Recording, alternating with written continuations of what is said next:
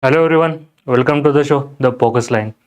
In today's Focus Line, we are going to discuss the articles which are very important from the men's perspective. So today we are going to discuss this article.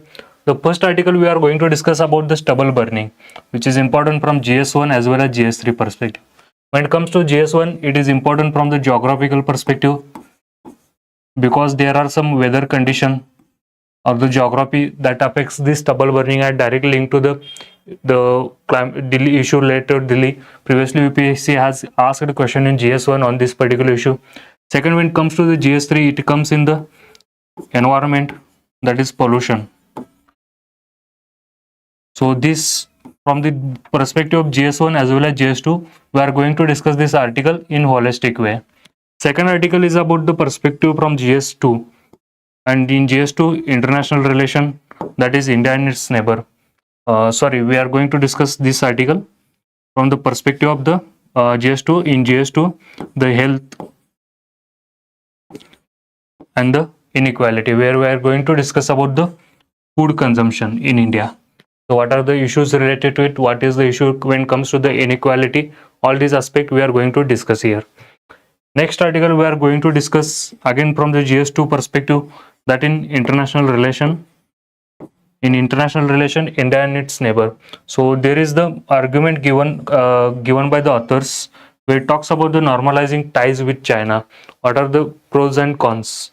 The argument in favor and argument against it. So because there is a evergreen border issue, so that we are going to discuss. Second article again from the international relation, because recently yesterday only the Pakistan and Saudi Arabia, they concluded one NATO style pact. So in that particular pact, they have said that the attack on one country is attack on the both countries. So it is NATO style pact. So what is their new bromance? That we are going to discuss in this particular article. So we'll move towards our discussion. First is about the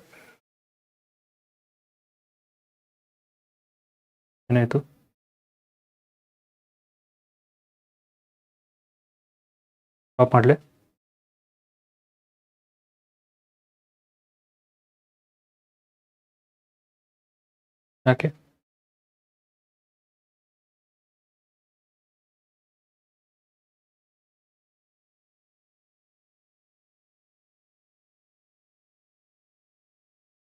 So we'll start our discussion with this first article where we are going to discuss the stubble burning issue and what is the holistic approach for this. So when it comes to stubble burning, the stubble burning is a practice of setting fire to the crop residue. Okay, mostly the paddy stubble, and it is occurs before the rabi or winter sowing. So this is the basic idea of the stubble burning. Second, the major contributor to the stubble burning are the particular North Indian state, that is the Punjab, Haryana, Uttar Pradesh, and this particularly phenomena occurs in the month of October and November. So this is the time where the farmers do the harvest the paddy and they start sowing the wheat. So this is the particular season where this particular aspect occurs. Next, the weather condition that in this particular 2 months, that October and November, there would be no winds. Okay, because the North India, due to the shift of the belts, it will there will be subtropical high pressure belt, and where the subtropical high pressure belt is there, air will be descending, so there will be no winds. Also there will be the condition of temperature inversion, because temperature inversion means the change in normal lapse rate or reversal of normal lapse rate. Okay, so usually if you see, as you go up, the temperature decreases, but during the temperature inversion, the temperature increases when you go up. Okay, so this is the phenomena occurs during this particular period, and with these two phenomena, the stubble burning, so it is intensifies pollution issue, particularly in the Delhi. So this is the brief idea about the stubble burning. Next we will see the extent of stubble burning. This is the some key facts data related to stubble burning.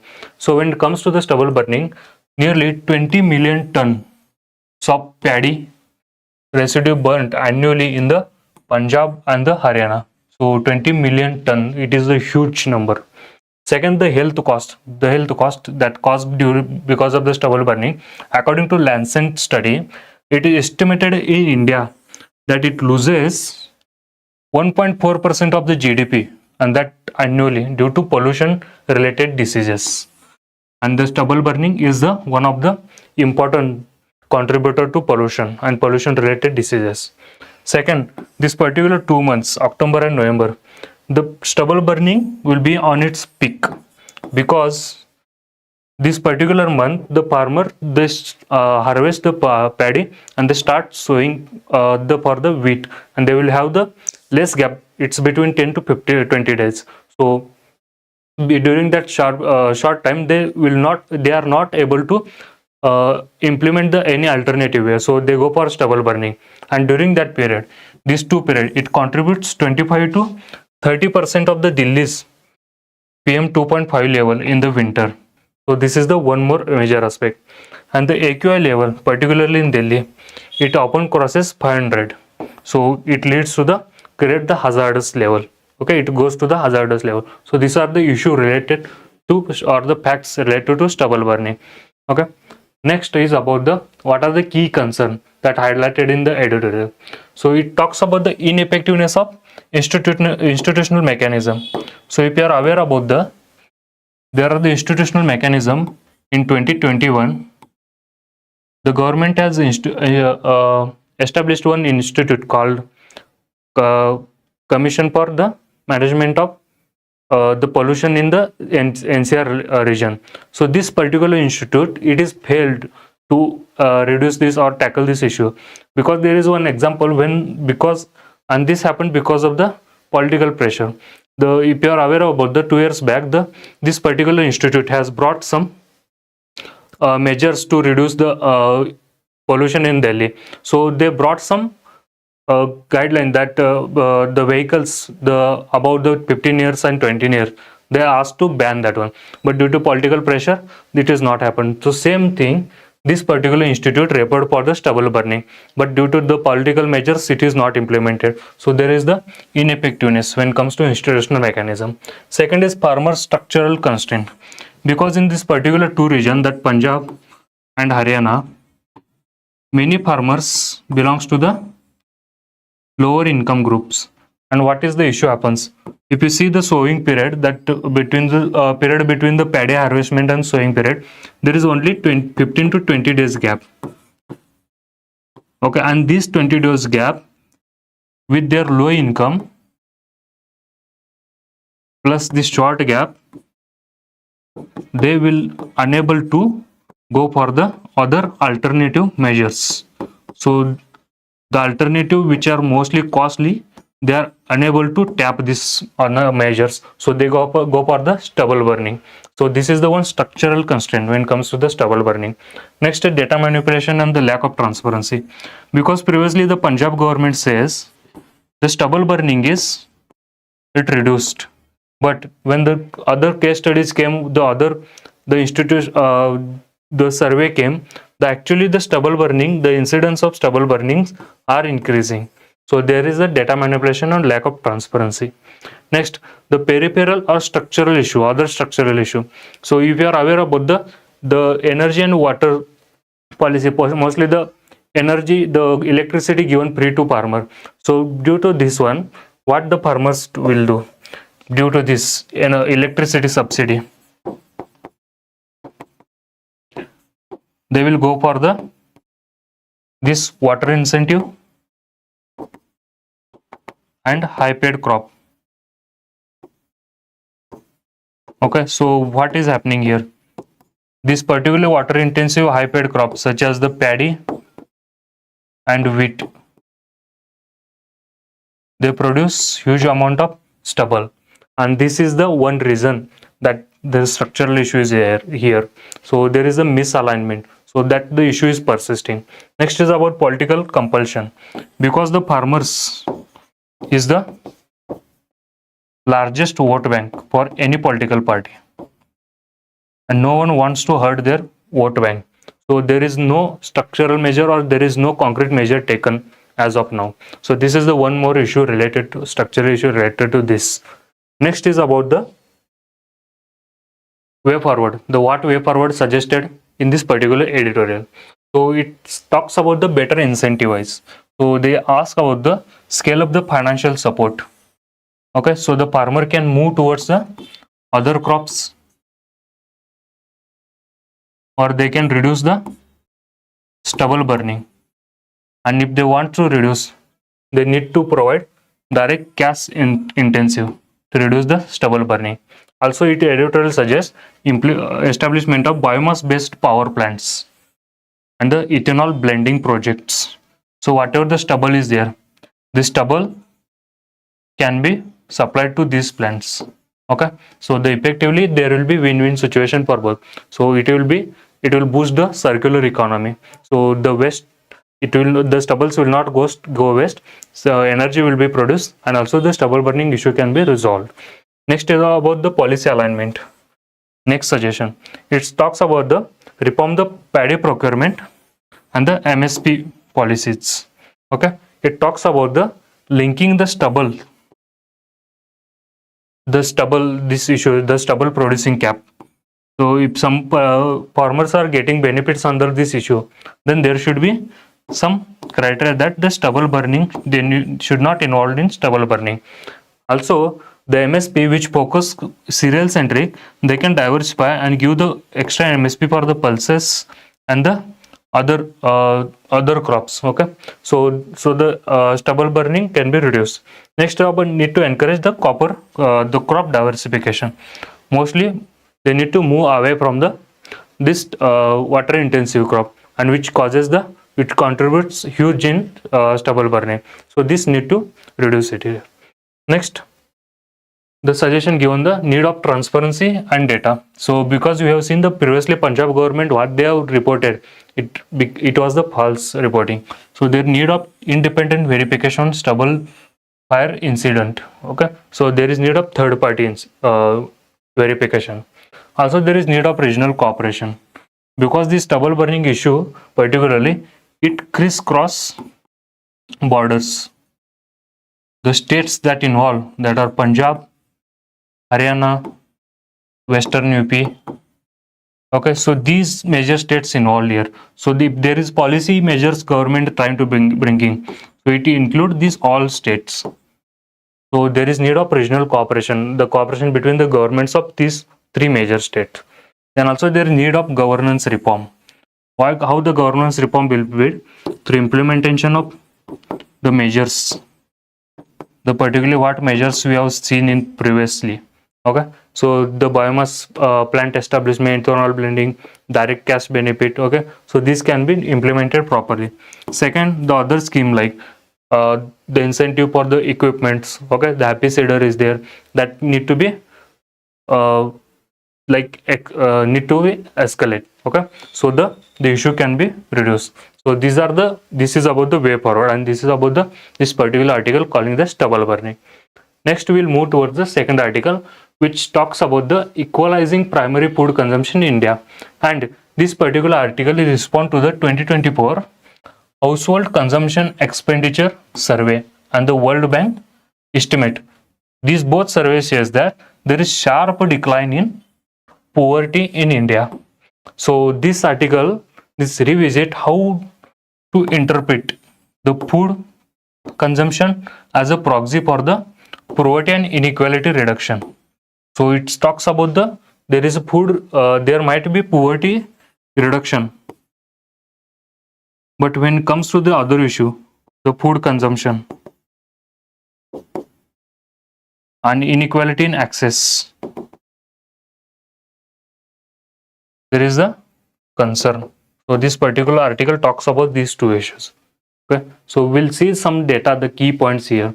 The extreme poverty, it is fell sharply according to World Bank estimates. So it was the 16.2 in 21-22, it came down to 2.3% in 22-23.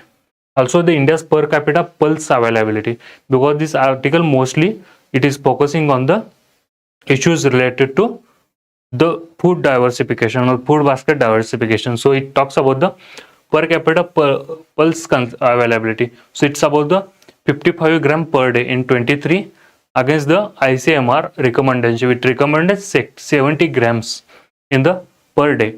So there is a deficit again. So if you see the malnutrition, then NFHS 5, it says that in 2019-21 it was the 15.5% under the 5, okay, and the 19.3% wasted, 32% underweight. So this is the again concern when related to malnutrition. Also the PDS coverage, there are so 800 million people, okay, it's about the 2/3 population that covered under the National Food Security Act that brought in 2013. So this is the one more aspect.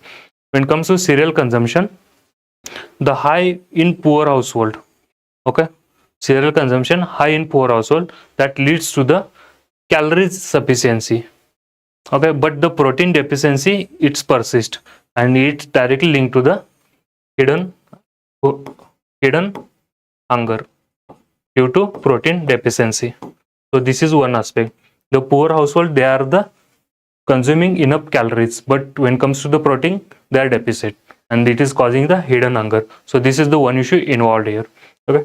Next is about the what are the arguments. So this particular author says that the thali, okay, he talks about the thali is a metric of poverty. So what he exactly says, we'll see here.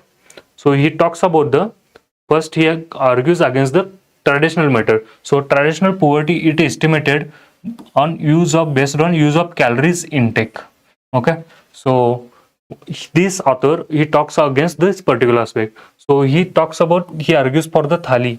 It is a better measure of food adequacy, because the thali, it includes the calories, the energy intake that traditional method also was including, then also it includes the nutrient, proteins. It talks about diversity in food groups. It is also satisfaction of derived from the eating balanced meal. So these all aspect involved in is this thali metric, and the author is argues for this particular aspect, the thali metrics. Okay, so next he talks about the thali. The using thali cost as a metric highlighted whether the families can afford nutritional balanced food daily or not. So if you, these all aspect like calories, nutrient, diversity in food group, as well as satisfaction, these all included in thali, and based on this one we can conclude that how many household can access to this system or this aspect. So based on that we can measure the poverty in better way. Next, it's about the why the equalization matters, because the poverty, the below, like poverty with estimated who earns less than 2.15 day per day, $2.15 or the this one or spend. So the poverty is declining and food consumption inequality still persists, because we are all aware about that one thing, the 800 million or the 80 crore people still get the benefit under the free food program. Different free food programs are there, governments, there they get the benefit. So this inequality when it comes to the food consumption, that still persists despite the decline in poverty. Also when it comes to the urban and rural gap, the proportion of household unable to afford 2 thalis per day. 2 thalis means 2 times food. 2 thalis per day is much higher in rural area. Okay, so there is the urban rural gap. Also when it comes to pulse consumption, there is also gap because the pulse are critical source of proteins. Okay, yet the poorest household consume far less compared to the well-off houses. Also the equalization of food consumption is both the equity issue as well as nutritional issue. Because equity issue, because there are the certain social groups they can access to the nutritional food, so there is the equity issue. And when it comes to nutrition, the household, the many household they take the enough calories, but when it comes to nutrient food, when it comes to the diversified food, there is the inequality. So these are the issue involved here. Next is about it talks about the what is the role of PDS in this regard. So the PDS, it successfully equalize the cereal consumption, okay, particularly rice and wheat across the all social group. Because if you see be it the rich, poor, be it women, be it children, everyone equally consume these cereals. Okay, but when it comes to subsidized cereal, they are widely distributed. Hence, the cereal deprivation is declined. So this is the one successful case study that you can quote. But when it comes to the protein gap, it remains same because our PDS is cereal centric, and the pulses, okay, the pulses, they are either not included adequately in PDS system. So this is the one more reason when it comes to the protein gap. The pulses are not included adequately here. Okay, and secondly, if people they are not included in PDS, they are costly. So there is the inaccessibility for the poor household. So this is the one issue. So also, even with the subsidies, the pulses are beyond reach for the many household because of the being costly. That's why there is the loop. These are the loopholes of the PDS system. Okay. So next is about the what the concern raised by the author. He talks about the overemphasis on the cereal, while the PDS ensure the calorie sufficiency. Calorie sufficiency through the cereals, but it does not guarantee nutritional adequacy because it's not focusing on the pulses and other the protein. So there is the no nutritional when it comes to the PDS system. The major drawback is that it is not ensuring the nutritional adequacy. Okay. Second is about unequal access to pulses that keep nutritional inequality alive and despite reduced poverty level. Okay. Also, when it comes to logistical and fiscal limit, government cannot practically distribute every food item. All the every means the vegetable comes, the pulses, the oil comes due to cost and supply chain constraint. Okay, so these are the concern raised by the author. Also, he talks about the broader implication of this concern. It leads to India's success, that India has successfully reduced the poverty, but the success is overshadowed by the hidden nutritional inequality. That is the one major aspect. Also, this equalizing access to protein rich food is necessary for the health outcome, particularly the child growth and reduce malnutrition. We have seen the data, we have seen the widespread the prevalence of the malnutrition, also as how it is inhibiting child growth. So for the health perspective, protein rich food is very important. Also the social equity, because it will bridge the caste class gap, because we have seen the when it comes to the lower caste and class, the many these families belongs to this group, they are not able to access to nutrient sufficient food. So this is the one aspect. So that's why he talks about the equalizing access to protein rich food. Also it is very important for human development. Okay, so particularly from aspect of from viewpoint of the productivity. So these are the broader implications that raised by the author in this particular article. Next, there are some suggestions given by him. So he talks about the expanding the food basket. He asks for incorporate pulses into poor PDS system. Okay, so the system can be become more systematically and accessible to all. Also, it talks about the target subsidy smartly. So it talks about the PDS, it should focus on the bottom 50% of the population of the household where the deprivation is significant. So particularly the protein food or the nutritional food deprivation is there. It talks about the PDS should target this 50% of this bottom deprived households. Also it talks about the structural reforms. He talks about the restructure of the PDS to move beyond the cereals and make the tool for the nutritional security, not just calorie sufficiency. So he is broadly argued for the nutritional security over the calorie sufficiency. Also he talks about the inclusion of middle path approach. So what middle path approach? He talks about the distribute food as well as with equal access. So what he talks about the targeting the bottom 50% of deprived household. This is the again he reiterating here. Last he talks about the balance economic with equity. Okay, economics. While equalizing all food is costly, the expanding PDS to cover the pulses, it both feasible as well as impactful. Okay, so he talks about the economic. If the government started including all the foods in PD system, it is not economical feasible. But the government includes the pulses, it is economically feasible, as well as it will be economically impactful or the socially impactful. Okay, so this in this argument, the author is broadly arguing for the nutritional food access rather than the calorie sufficient food access. Okay, so this is all about this particular editorial. Next, we'll move toward the next article, which talks about the should India normalize ties with China while overlooking the boundary issue. So this particular article came in the backdrop of current the status of India and China. So there is a context here. The USA tariff.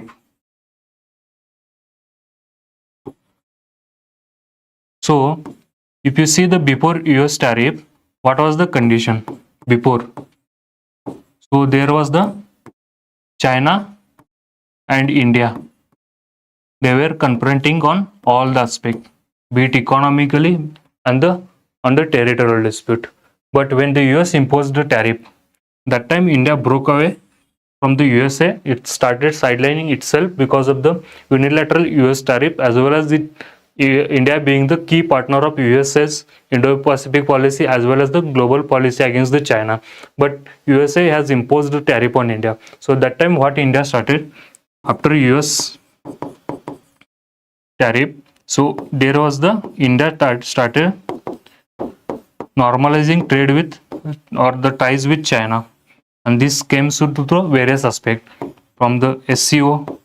So here we have seen the leaders of the both country, they are meeting together, they are meeting and they're discussing the other aspect. Also India has shown its interest in the normalizing the economical ties with China. Okay, so these are the aspects involved. So this is the indicating that economically in other areas China and India coming together. Okay, but we're looking the issues related to the particular territorial issues. But this particular arguments article, the authors, they argues for the who is the author is the Vivek. He was the former diplomat. So he gives the argument in pros and cons also. Okay, he talks about the whether India should normalize ties by overlooking boundary issue or not. Okay, when it comes to the argument in favor, so when it talks about the India should normalize ties, so there are the certain criteria. So first is a strategic pragmatism, because engagement with China, it will buy the space, so it will reduce the near term tension and it will avoid the permanent state of confrontation. So India can focus on the developmental issues. So this is the first argument. It is quite pragmatic. Next, the selective separation of the domains. Okay, both the border issue as well as the economical tie. So it leads to selective separation, not the wholesale separation. So this is the one pragmatic solution given. Also, it will maintain the leverage, okay, without escalation, because when it comes to the Indian-China relations, India is the one of the biggest market for China, as well as the China is very important when it comes to supply of critical minerals, also maintaining supply chain. So from that perspective, we can maintain the leverage without going for escalation. Also from economical perspective, we see we have deep interdependence, okay, but it is again the one-sided. We import more from China rather than export. So still we have the deep interdependence on each other. Also, when it comes to the global supply chain, if you see the API which are important for the pharmaceuticals and other the critical mineral, when it comes to renewable, particularly solar panel, okay, so these are we import from the China. So to preserve this global supply chain, China is also important. Next is about the regional diplomacy and multilateral gain. So we have shared platform which matters for shared platforms such as SEO is there, BRICS is there, and India wants to play bigger role in region. So from that perspective, normalizing ties with China as well as engaging with China is very crucial. Also, it will counterproductive for the isolation, because you have seen what is happening in current situation where in the all neighbor countries where the governments are getting toppled and the anti-Indian elements coming into power. So India is being isolated in region. So to avoid this particular, the rational engagement with China is very crucial. Next, it's about the domestic policy and optics. So domestic economical priorities, while where we are prioritizing Atmanirbhar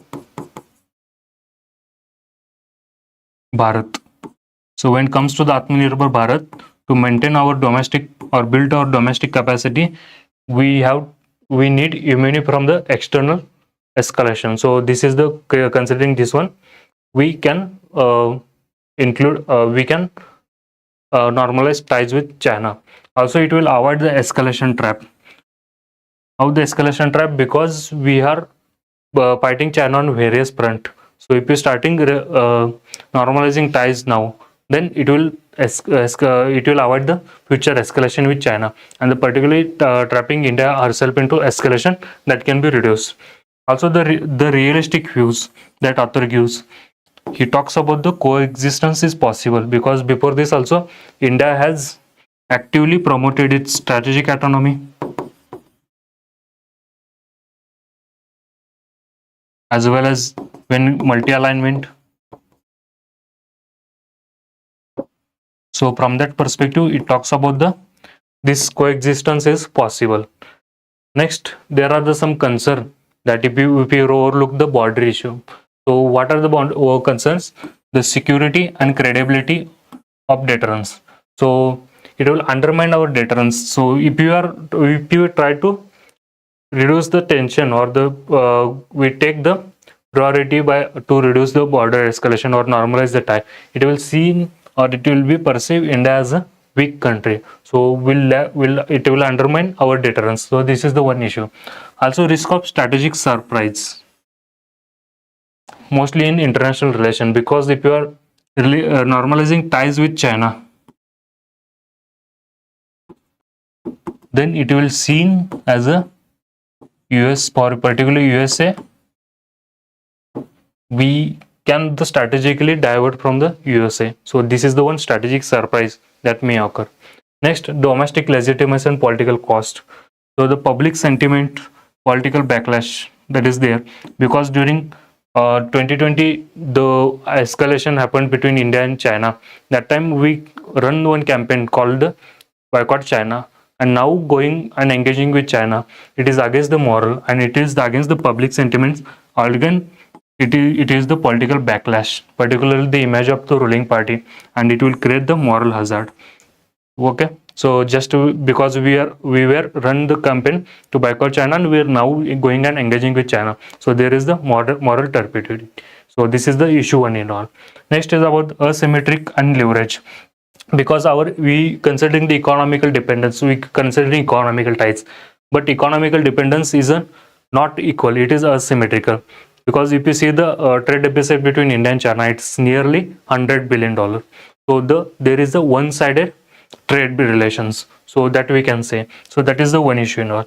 Also, the market access unfair practices, because if you see the Chinese domestic capacity, production capacity, it is very huge, and it will not easy for India to tap the Chinese market. Okay, and China's unfair practice, the dumping cheap goods into Indian market. So these are the unfair practice that China does practices. So considering these two aspects, normalizing economic tie by overlooking boundary issue, that can backfire us. Okay, so next it talks about the unresolved trust deficit, because first history matters, because previously we have seen the betrayal from the China, because we have the many agreement in 1955 we came with the Panchsheel, but again the 1962 China attacked on India.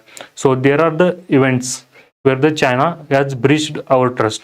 In 1992, the peace and tranquility agreement we signed with China, which said that we need to avoid the military escalation or use of arms to resolve the border dispute.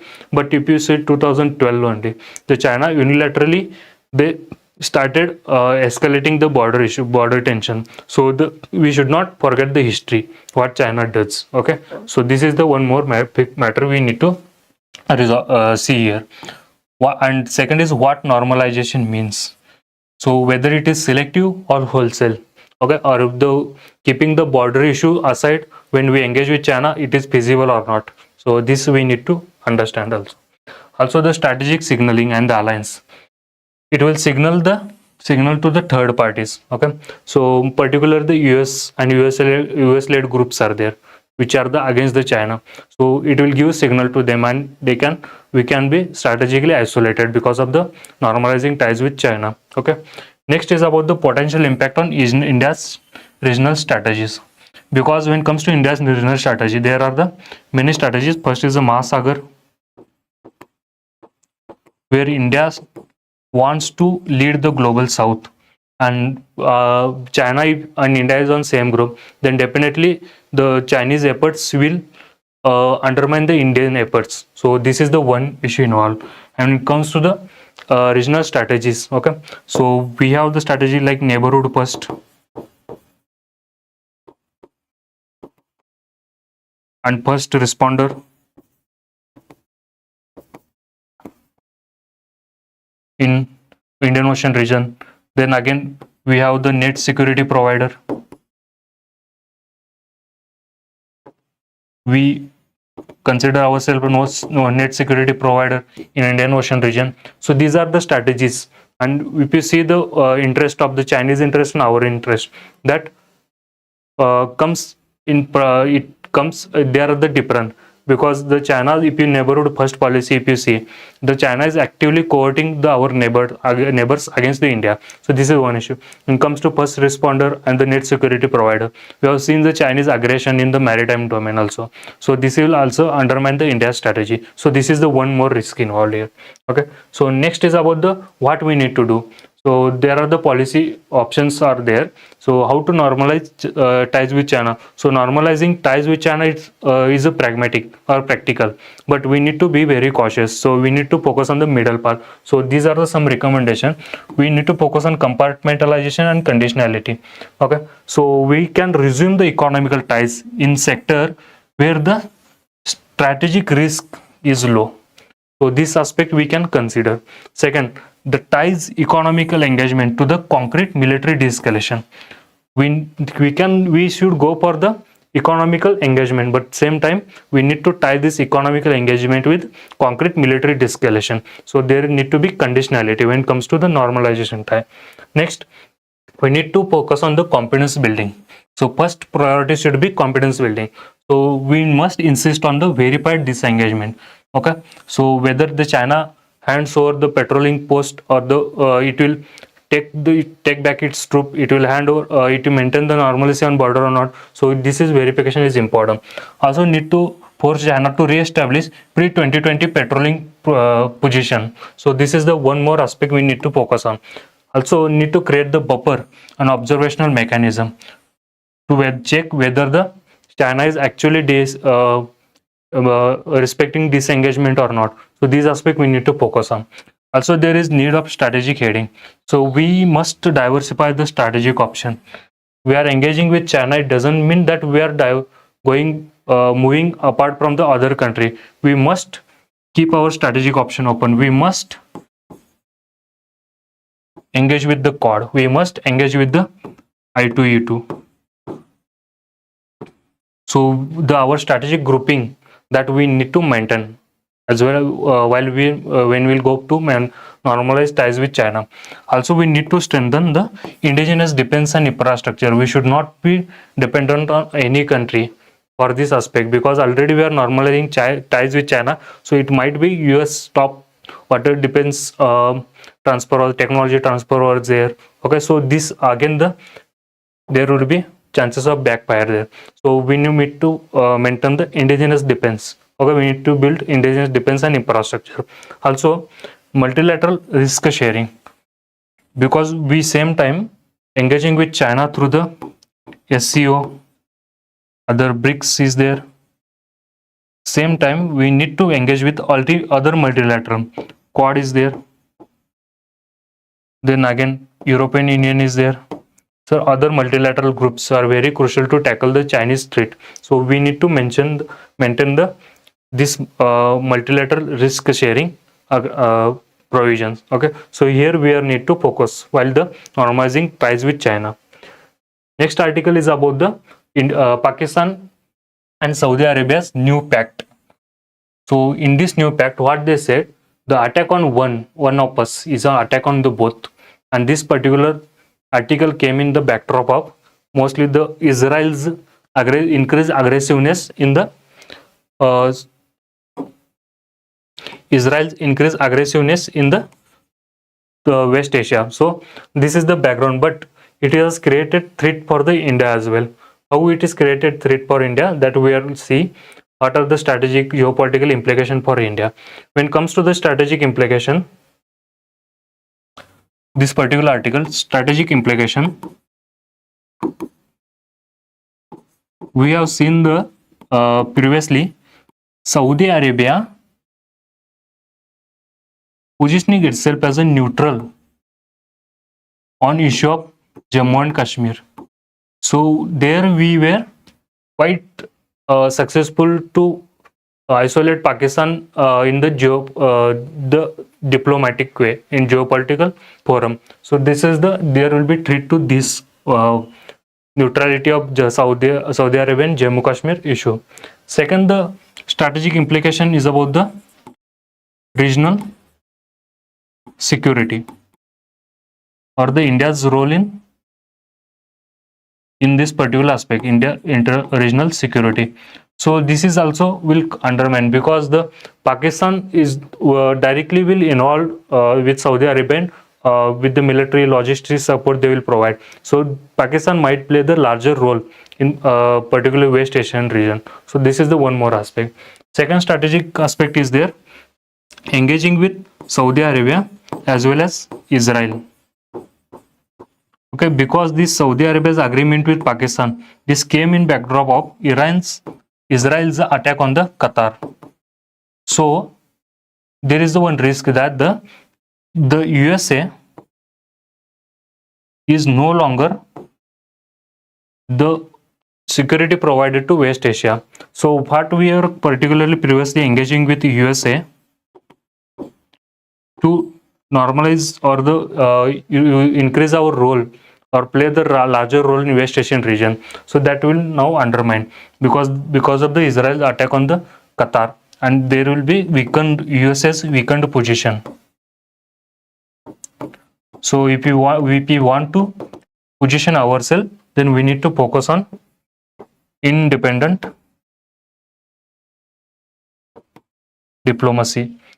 Next strategic implication will happen on the new axis that we consider the China, Pakistan. So now if you see that previously China, it is involved with Iran, and there was China was successful to bring the Iran and Saudi Arabia close. They mediated between them two. Now the Pakistan is engaging with Saudi Arabia, particularly militarily.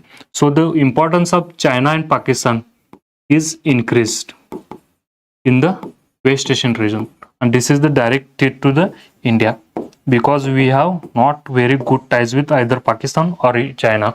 So this is the one more threat involved here, strategic implication. Next, when it comes to the economical implication, we can see we are seeing the Gulf Cooperation Council. We are eager to sign the free trade agreement with this, and for that we were engaging these countries actively on the different aspect. Okay, the security was the one of the aspect. So this might take the back seat now. Okay, so the economical aspect. Second, it will provide the threat to our energy security, because we have the conflict with Pakistan. So in future some escalation happened, like after Pahalgam, during the what happened during Operation Sindoor. Now Pakistan will have military establishment